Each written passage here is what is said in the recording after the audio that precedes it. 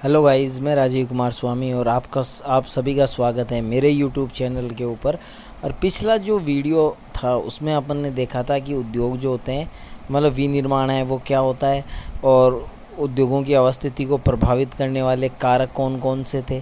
ठीक है, तो इनके बारे में अपन जो है वो डिटेल से चर्चा की थी। अब इस वीडियो में अपन चर्चा करेंगे जो विनिर्माण उद्योग है उसका वर्गीकरण की। ठीक है, यानी उसको किस प्रकार से वर्गीकृत है वो किया गया है। तो विनिर्माण उद्योग का अगर अपन बात करें तो इसका वर्गीकरण है उसके आकार, कच्चे माल, उत्पादक एवं स्वामित्व के आधार पर किया जाता है। तो उद्योगों का जो वर्गीकरण है वो किस आधार पर किया गया है? आकार के आधार पर, कच्चे माल के रूप में और उत्पादन के रूप में और स्वामित्व के आधार पर जो है इसका जो है वर्गीकरण किया गया है। आकार पर आधारित उद्योग जो है, किसी उद्योग का आकार उसके निवेशित पूंजी, कार्यरत श्रमिकों की संख्या एवं उत्पादन की मात्रा पर निर्भर करता है। तो आकार की अगर अपन बात करें तो आकार में क्या है कि कोई भी उद्योग जो होता है उसमें पूंजी निवेश कितना हुआ है, कार्यरत श्रमिकों की संख्या जो है वो कितनी है, उत्पादन की मात्रा आदि, इन सब बातों पर निर्भर करती है। इसके अनुसार उद्योगों का जो को है घरेलू अथवा कुटीर उद्योग बड़े पैमाने के उद्योगों में वर्गीकृत किया जा सकता है। ठीक है, तो आइए चलते हैं। अब आपके सामने आप देख रहे होंगे कि आपके सामने जो है एक चार्ट दिया हुआ है जिसके जो है उद्योगों का वर्गीकरण है। ठीक है, और आधार के ऊपर, तो आधार की अगर अपन बात करें तो उद्योगों का वर्गीकरण है वो जो है आधार के हिसाब से अगर अपन देखें तो 4 भागों में इसको बांटा गया है। ठीक है, आप जो है यहीं समझना, क्योंकि मैं जो है यहीं आपका जो सारे जो कॉन्सेप्ट हैं वो क्लियर करने वाला हूँ, तो आपको अच्छे से देखना है और समझना है। ठीक है, तो इसमें अगर अपन देखें तो पहला आपका हो गया आकार के आधार पर। तो आकार के आधार पर अगर अपन बात करें तो उद्योग हैं वो 3 प्रकार के होते हैं। कौन कौन से होते हैं? कुटीर उद्योग, लघु उद्योग और बड़े पैमाने के उद्योग। ठीक है, तो ये आपके 3 प्रकार रहेंगे आकार के आधार पर। दूसरा है कच्चे माल के आधार पर। तो कच्चे माल के आधार पर जो उद्योग हैं तो इनको 5 आधार जो मतलब प्रकारों में बांटा गया है। तो 5 प्रकार कौन कौन से हैं आपके? कृषि आधारित उद्योग है, खनिज आधारित उद्योग है, रसायन आधारित उद्योग है, वन आधारित उद्योग है और पशु आधारित उद्योग है। यहाँ पर खनिज उद्योग की बात करें तो इसको फिर से 2 भागों में बांटा है, धात्विक खनिज और अधात्विक खनिज। धात्विक खनिज को फिर से 2 भागों में, लोहा और अलोहा जो है वो आपके रहेंगे। उसके बाद में उत्पादन के आधार पर है। तो उत्पादन के आधार पर जो है 2 भागों में, मूलभूत, ठीक है, और उपभोक्ता सामान। तो उपभोक्ता सामान जो है उसको 3 भागों में, बिस्किट, वस्त्र और वाहन, इनमें इनको बांटा गया है। स्वामित्व के आधार पर उद्योग जो होते हैं वो 3 प्रकार के होते हैं। कौन कौन से होंगे? सार्वजनिक, निजी और संयुक्त। ठीक है, तो ये आपके इसमें रहेंगे जो है उद्योगों का वर्गीकरण। चलिए आइए इसके बारे में थोड़ा सा विस्तार से जो है शीघ्रता से देखते हैं। तो कुटीर उद्योग की बात करें तो कुटीर उद्योग क्या होता है? ये उद्योग के अगर आकार के अगर आधार पर बात कर रहे हैं अपन, तो ये आकार की जो आकार के आधार पर ये सबसे छोटी इकाई होती है। ठीक है, और इसमें जो भी सामान बनाया जाता है उसके लिए कच्चा माल जो होता है वो स्थानीय होता है। ठीक है, यानी स्थानीय जो क्षेत्र है वहाँ से कच्चा माल जो है वो प्राप्त करके इसको बनाया जाता है। और जो है ये इसका जो वस्तु का जो उत्पादन करते हैं ना वो दैनिक जीवन के उपभोग के लिए यहाँ पर किया जाता है। यानी इसमें जो सामान बनाया जाता है उस सामान को बेचकर दैनिक जो जीवन है उसको चलाए जाने के लिए ही इस प्रकार का उद्योग है वो काम में आए। यानी कहने का मतलब क्या है कि जो भी वस्तु जो है इसमें बनती है उसको बेचकर जो लोग हैं वो अपनी रोज़मर्रा को चलाते हैं। और ये जो उद्योग होता है वो घरों में होता है। ठीक है, और इसमें जो परिवार के व्यक्ति ही कार्य करते हैं और जो श्रमिक इसमें होते हैं वो अवैतनिक होते हैं, क्योंकि उनको वेतन नहीं दिया जाता। यानी भाई कहने का मतलब क्या, ये घरों पर होता है, परिवार के सदस्य इसमें होते हैं। ठीक है, परिवार के सदस्य ही काम करेंगे। अब जो सामान वो बेचेंगे, जो परिवार का मुखिया होगा पैसे तो वही रखेगा, बाकी के जो लोग हैं उनको पैसे नहीं मिलेंगे। इसलिए इसमें काम करने वाले श्रमिक कैसे होते हैं? अवैतनिक होते हैं। ठीक है, यहाँ पर आपके सामने जो है चित्र दिए हुए हैं, इसमें आप देख सकते हैं। उसके बाद में जो है और इसमें जो दैनिक जीवन में काम आने वाली जो वस्तुएं हैं वही बनाई जाती हैं, जैसे चटाई है, कपड़ा है, बर्तन है, औजार हैं, फर्नीचर है, जूता, जो है लकड़ी आदि की मूर्तियाँ हैं, मिट्टी की मूर्तियाँ हैं, पत्थर की मूर्तियाँ हैं, ठीक है, चमड़े आदि के सामान, सुनार, सोना, चांदी, तांबा, आभूषण आदि। तो इस प्रकार की जो क्रियाएं हैं वो इसके अंदर होती हैं, ठीक है।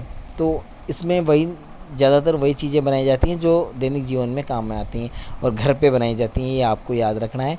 श्रमिक इसमें अवैतनिक होते हैं, मशीनों का इसमें प्रयोग नहीं किया जा सकता, सारा काम जो है वो हाथ से ही होता है, ठीक है, और घर पे ये होता है। छोटे पैमाने के उद्योग की बात करें तो ये कुटीर उद्योग जो होते हैं उससे थोड़े बड़े होते हैं, ठीक है, और ये जो है घर के बाहर कारखाने में होते हैं, ठीक है। यानी जो छोटे उद्योगों में जो कार्य होते हैं वो कार्य जो है कारखानों में संपादित किए जाते हैं। इस पर छोटे स्तर पर जो है मशीनों का प्रयोग किया जाता है, ठीक है। इसके अलावा इसमें जो है जो श्रमिक जो है वो भी रखे जाते हैं जो वेतनिक होते हैं। इसमें जो श्रमिक होते हैं वो अर्ध कुशल होते हैं, साथ में शक्ति के जो साधन हैं उनकी भी आवश्यकता पड़ती है, और ये उद्योग जो हैं वो रोज़गार के अवसर भी देते हैं, ठीक है। तो भारत, चीन, इंडोनेशिया एवं ब्राज़ील जैसे देशों में जो है जनसंख्या है उसको रोज़गार उपलब्ध करवाने के लिए इस प्रकार के उद्योग जो है वो काफ़ी ज़्यादा जो है वो चलते हैं या पाए जाते हैं। तो याद रखना है छोटे पैमाने के उद्योग में जो है क्या रहेगा, देखो इसमें जो है श्रमिक काम करते हैं, ठीक है, और श्रमिक जो होते हैं वो वेतनिक होते हैं, कार्य जो है वो कारखानों में संपन्न होता है, शक्ति के साधन जो है वो उनका उपयोग होता है, मशीनों का उपयोग होता है, और जो है थोड़ी बहुत पूंजी जो है या पूंजी का निवेश भी होता है। उसके बाद में आते हैं बड़े पैमाने के उद्योग। तो बड़े पैमाने के उद्योगों की बात करें तो बड़े पैमाने के उद्योग जो होते हैं वो विशाल बाज़ार, ठीक है, विशाल बाजार, विभिन्न प्रकार का कच्चा माल, शक्ति के साधन, कुशल श्रमिक, विकसित प्रौद्योगिकी, अधिक उत्पादन एवं अधिक पूंजी की आवश्यकता होती है, ठीक है। तो ये जो उद्योग होते हैं इनके लिए जो है विशाल बाजार होना चाहिए, ठीक है, विभिन्न प्रकार का कच्चा माल जो है वो होना चाहिए, यानी जो भी वस्तु इससे बनाई जाएगी तो उससे संबंधित जो भी कच्चा माल होगा वो, ठीक है, और शक्ति के साधन की आवश्यकता पड़ती है, कुशल श्रमिकों की आवश्यकता पड़ती है, और विकसित प्रौद्योगिकी यानी टेक्नोलॉजी की आवश्यकता पड़ती है, मशीनों का उपयोग होता है, उत्पादन अधिक होता है, और पूंजी का उपयोग जो है या पूंजी का निवेश है वो भी क्या होता है, बहुत ही ज़्यादा होता है, काफ़ी ज़्यादा पैसे खर्च करने पड़ते हैं। पिछले 200 वर्षों में इसका विकास हुआ है। पहले ये उद्योग ग्रेट ब्रिटेन में, संयुक्त राज्य अमेरिका के पूर्वी भाग में, यूरोप में लगाए गए थे। तो सबसे पहले ये उद्योग जो है ब्रिटेन में लगाए गए, उसके बाद में अमेरिका के पूर्वी भाग में, और फिर यूरोप के पश्चिमी भाग में ये लगाए गए, और इसका फिर परंतु वर्तमान समय में ये विश्व के सभी देशों में ये उद्योग जो हैं वो पाए जाते हैं। विश्व के प्रमुख औद्योगिक प्रदेशों में उनके वृहद पैमाने पर किए गए निर्माण के आधार पर इनको जो है दो बड़े समूह में बांटा जा सकता है। पहला है परंपरागत वृहद उद्योग प्रदेश, जिसमें कुछ जो है अधिक विकसित देशों में, तो पहले तो आपके हो जाएंगे परंपरागत वृहद औद्योगिक प्रदेश समूह जो जो हैं आपके जो विकसित देश हैं वहाँ पर हैं, और दूसरे आपके हैं उच्च प्रौद्योगिकी वाले वृहद औद्योगिक प्रदेश जिनका विस्तार कम विकसित देशों में हुआ है, ठीक है। तो दो प्रकार के, एक तो परंपरागत हैं, एक आधुनिक जो बड़े पैमाने के उद्योग हैं। तो परंपरागत विकसित देशों में, और जो है उच्च प्रौद्योगिकी है वो जो है विस्तार जो है कम विकसित देशों में हो रहा है, यानी विकासशील देशों में पाया जा रहा है, क्योंकि नए उद्योगों की स्थापना वहीं हो रही है, इसलिए यहाँ पर जो है ज़्यादा आधुनिक पैमाने के उद्योग जो हैं वो पाए जाते हैं। उसके बाद में अपन बात करें कच्चे माल पे आधारित, तो कच्चे माल पे आधारित उद्योगों की अगर अपन बात करें तो कच्चे माल पर जो है उद्योग हैं वो 5 प्रकार के होते हैं। पहला आपका है कृषि आधारित उद्योग। तो अपन बात करें कृषि आधारित उद्योग, यानी ऐसे उद्योग जो कच्चे माल के रूप में कृषि पर निर्भर करते हैं, ऐसे उद्योगों को कृषि आधारित उद्योग कहा जाता है, ठीक है। यानी कच्चा माल जो है वो कहाँ से प्राप्त होगा, कृषि से प्राप्त होगा, तो ऐसे उद्योग जो है वो कृषि आधारित उद्योग कहलाएंगे। एग्जाम्पल के लिए आप दे सकते हो जैसे सूती कपड़ा उद्योग, ठीक है भाई, सूती कपड़ा उद्योग है, उसके लिए क्या ज़रूरी है, कपास की आवश्यकता पड़ती है। चीनी उद्योग, गन्ने की आवश्यकता पड़ती है, ठीक है। मसाला उद्योग, इसके अलावा चाय, कॉफ़ी, कोकोआ जैसे उद्योग, ठीक है, रेशम है, जूट है, रबड़ है, तो ये सारे उद्योग जो हैं वो कच्चे माल के रूप में कृषि उत्पादकों पर निर्भर करते हैं। इसके अलावा जो आजकल जो है भोजन प्रसंस्करण जो है वह डिब्बाबंदी में जो भोजन वाला सिस्टम चल रहा है, तो वो भी ज़्यादा चल रहा है, तो वो भी कृषि पर आधारित ही होते हैं, क्योंकि उसमें भी जो है खाद्य पदार्थों को ही शामिल किया जाता है। कृषि व्यापार एक प्रकार की व्यापारिक कृषि है जो औद्योगिक पैमाने पर की जाती है। इसकी वित्त पोषण प्राय व्यापार करता है जिससे मुख्य रुचि कृषि के बाहर हो। कृषि व्यापार फोरम से आकर बड़े बड़े यांत्रिक रसायनों पर निर्भर कुछ अच्छी संरचना वाले होते हैं, इनकी कृषि कारखाने भी कहा जाता है। तो ये मतलब व्यापारिक कृषि में जो की जाती है तो उसको इसमें शामिल किया जाता है। उसके बाद में अपन आते हैं खनिज आधारित। नंबर 2 अपना है खनिज आधारित उद्योग। तो इसमें आपका आएंगे वह उद्योग या ऐसे उद्योग जो खनिजों के ऊपर निर्भर करते हैं, खनिज आधारित उद्योग कहलाते हैं। यानी इन उद्योगों में कच्चे माल के रूप में खनिज संसाधनों का उपयोग किया जाता है, ठीक है। तो ऐसे उद्योग जो हैं वो आपके कहलाएंगे, ठीक है। और उदाहरण के तौर पर आप इसमें जो दे सकते हो, लोहा इस्पात उद्योग है, ठीक है, तांबा उद्योग है, ठीक है, इसके अलावा एल्यूमिनियम उद्योग है, ठीक है, पेट्रोल रसायन उद्योग है, ठीक है। तो ये सारे के सारे सीमेंट उद्योग है, ये सारे के सारे क्या हैं, खनिज आधारित उद्योग हैं जो खनिजों के ऊपर निर्भर करते हैं कच्चे माल के रूप में। उसके बाद में आता है आपका रसायन उद्योग। तो रसायन उद्योग जो है वो जो है रसायनों पर निर्भर करता है। तो इस प्रकार के उद्योग जो है वो प्राकृतिक रूप में पाए जाने वाले रासायनिक खनिजों का उपयोग करते हैं। जैसे पेट्रो रसायन उद्योग में खनिज तेल का उपयोग होता है। नमक व गंधक एवं पोटास उद्योग में भी प्राकृतिक खनिज जो है वो काम में लिए जाते हैं। तो इसके अंदर रासायनिक जो उद्योग है उसके अंदर ऐसे कच्चे माल को उपयोग किया जाता है या ऐसे कच्चे रासायनिकों का उपयोग किया जाता है जो रसायन जो है वो प्रकृति प्रदत्त होते हैं, ठीक है। तो इसमें उदाहरण दिया हुआ है आपका पेट्रो रसायन। तो पेट्रो रसायन उद्योग में पेट्रोल का उपयोग होता है, ठीक है। इसके अलावा नमक गंधक इसको बनाने में भी जो है रासायनिक खनिजों का उपयोग है वो होता है। कुछ रासायनिक उद्योग लकड़ी एवं कोयले से प्राप्त कच्चे माल पर भी निर्भर होते हैं। रासायनिक उद्योग के उदाहरण कृत्रिम रेशा बनाना, प्लास्टिक निर्माण इत्यादि हैं, ठीक है। तो ये सारे उद्योग जो आपके हैं रसायन आधारित उद्योग में रहेंगे।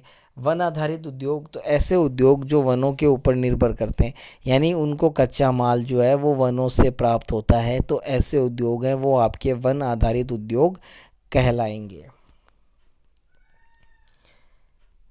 ठीक है। तो इसमें जैसे आपका फर्नीचर उद्योग हो गया, कागज़ उद्योग हो गया, तो ये दोनों उद्योग जो हैं वो आपके किस पर निर्भर करते हैं, वनों पर निर्भर करते हैं। इसके अलावा लाख उद्योग है तो वो भी वनों पर निर्भर करता है। उसके बाद में आता है पशु आधारित उद्योग। तो पशु आधारित उद्योग जो है वो पशुओं पर निर्भर करता है, यानी ऐसे उद्योग जो कच्चे माल के रूप में पशुओं से संबंधित जो उत्पाद हैं उनके ऊपर निर्भर करते हैं। जैसे चमड़ा उद्योग, तो चमड़ा उद्योग है तो वो पशुओं पर निर्भर करता है। इसके अलावा ऊनी वस्त्र उद्योग है तो वो भी जो है पशुओं से प्राप्त ऊन पर निर्भर करता है। हाथी दांत उद्योग है वो हाथी के दांत पर जो है निर्भर करता है। इसके अलावा जो काफ़ी और भी ऐसे आपको उदाहरण मिल जाएंगे जो पशु आधारित उद्योग है। उसके बाद में आता है उत्पादन एवं उत्पाद आधारित उद्योग। तो ये तो अपन ने नॉर्मली पढ़ लिया। अब अपन उन उद्योगों के बारे में बात करेंगे जो उद्योग जो है क्या है, उत्पादन व उत्पाद आधारित उद्योग होते हैं, ठीक है। अभी तक अपन ने पढ़ा था कच्चे माल आधारित उद्योग। तो इसमें आपने जो है क्या है, तो आपने कुछ मशीनें एवं औजारों को देखा होगा जिनके निर्माण के लिए जो है लोहा इस्पात उद्योग की आवश्यकता पड़ती है, या लोहा इस्पात जो है वो कच्चे माल के रूप में जो है काम लिया जाता है। लोहा इस्पात स्वयं में एक उद्योग है। वे उद्योग जिसके उत्पादन को अन्य वस्तु बनाने के लिए कच्चे माल के रूप में प्रयोग में लाया जाता है उन्हें आधारभूत उद्योग कहते हैं। तो वैसे अगर अपन बात करें लोहा इस्पात जो है वो खुद एक उद्योग है, ठीक है, लेकिन लोहा इस्पात जो है वो ऐसा उद्योग भी है जो अन्य उद्योगों को क्या है, आधार प्रदान करता है।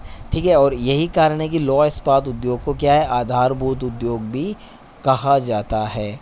यानी ऐसे उद्योग जिनका तैयार माल दूसरे उद्योगों के लिए कच्चे माल के रूप में प्रयुक्त होता है, ऐसे उद्योगों को आधारभूत उद्योग कहा जाता है। आया कि नहीं आया समझ में कि आधारभूत उद्योग? ठीक है, तो आगे चलते हैं। क्या आपने इस कड़ी को पहचान सकते हैं? जैसे लौह इस्पात, वस्त्र उद्योग के लिए मशीन, उपभोक्ताओं हेतु कपड़ा तो ये जो आपका है जो है इसमें आ गया।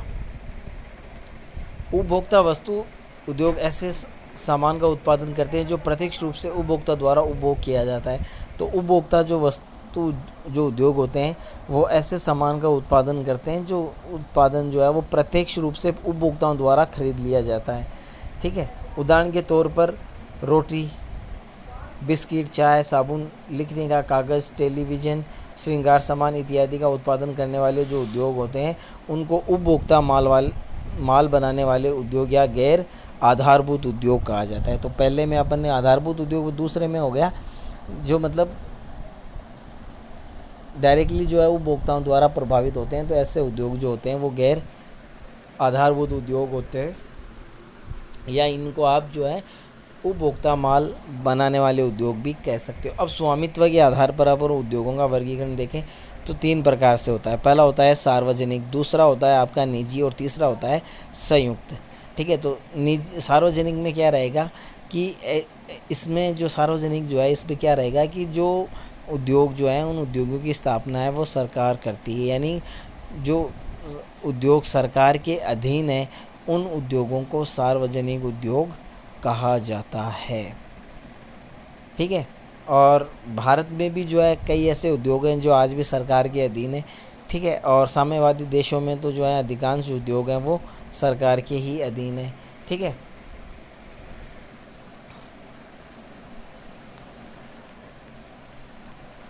ठीक है, तो ये आपका रहेगा जिनके ऊपर सरकार का नियंत्रण होता है। ठीक है, वो सहकार जो है सार्वजनिक कहलाते हैं। इसके अलावा निजी क्षेत्र जिसमें जो है उद्योगों पर स्वामित्व होता है वो किसी व्यक्ति का या व्यक्तियों के समूह द्वारा जो संगठन बनाया जाता है उस संगठन का। ठीक है, तो ऐसे उद्योग जो होते हैं वो निजी उद्योग कहलाते हैं। ठीक है, तो व्यक्ति या व्यक्ति समूह द्वारा ठीक है संचालित होने वाले उद्योग जो हैं वो निजी उद्योग कहलाएंगे आपके। ठीक है, सरकार द्वारा संचालित सार्वजनिक। तीसरा आपका रह जाता है संयुक्त उद्योग। तो ऐसे उद्योग जिनके ऊपर सरकार और निजी दोनों का आधिपत्य होता है या दोनों द्वारा संचालित होते हैं तो ऐसे उद्योगों को संयुक्त उद्योग कहा जाता है। ठीक है, यानी दोनों के ऊपर जो है दोनों का अधिकार होता है। जैसे मतलब ये मान के चलो जैसे पहले हुआ करती थी एडेड कॉलेज या स्कूल्स होती थी, तो वो क्या होती थी उनमें क्या होता था, आधा काम जो होता है वो गवर्नमेंट का होता और आधा प्राइवेट सेक्टर का होता था, तो दोनों का होता था। तो उस प्रकार से जो होता है उसको आप जो है संयुक्त बोल सकते हो। यानी ऐसे उद्योग जिस पर सरकार का नियंत्रण भी है और गवर्नमेंट का नियंत्रण भी है। ठीक है, अब अपन देखते हैं यहाँ पर उच्च प्रौद्योगिकी उद्योग की संकल्पना। तो जो निर्माण प्रक्रियाओं में उच्च प्रौद्योगिकी है वो नवीनतम पीढ़ी है। इसमें उन्नत वैज्ञानिक एवं इंजीनियरिंग उत्पादों का जो निर्माण है वो गहन शोध एवं विकास के प्रयोग द्वारा किया जाता है। तो जाहिर सी बात है कि वर्तमान समय में जो जैसे जैसे प्रतिस्पर्धाएं बढ़ रही हैं तो वैसे वैसे जो उद्योगों में जो है को बढ़ावा देने के लिए, उनकी गुणवत्ता में सुधार के लिए वैज्ञानिक और इंजीनियरिंग उत्पादों जो हैं वो उनके ऊपर नए नए जो हैं शोध किए जा रहे हैं और उनका विकास किया जा रहा है। संपूर्ण श्रमिक शक्ति का जो है अधिकतर भाग जो है व्यवसाय यानी सफ़ेद कॉलर श्रमिकों का होता है। तो अगर अपन बात करें तो संपूर्ण जो श्रम शक्ति है उसमें अधिकांश जो है व्यवसायिक यानी सफ़ेद श्रमिक जो है वो होते हैं। ये उच्च दक्ष एवं विशिष्ट व्यावसायिक श्रमिक वास्तविक उत्पादन नीला कॉलर श्रमिकों की संख्या से अधिक होते हैं।